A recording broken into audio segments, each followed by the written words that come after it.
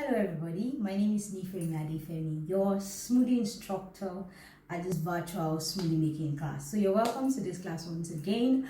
And another smoothie recipe that I will teach you right now is the Greeny grain. Basically, from the name, it has to do with the feed farm people, people interested in antioxidants smoothies or detox smoothies.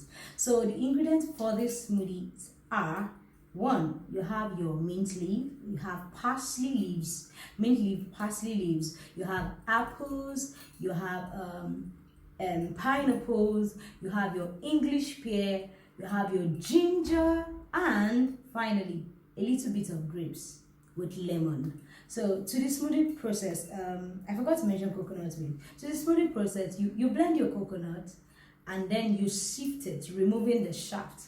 You pour the coconut milk into the blender. You can blend with a cup of water into the blender. You add your apples, preferably 2 apples. You had 2 green apples. You had 2 green apples into the blender. You had your grapes into the blender, like an handful of grapes into the blender. You had your ginger, your washed ginger into the blender.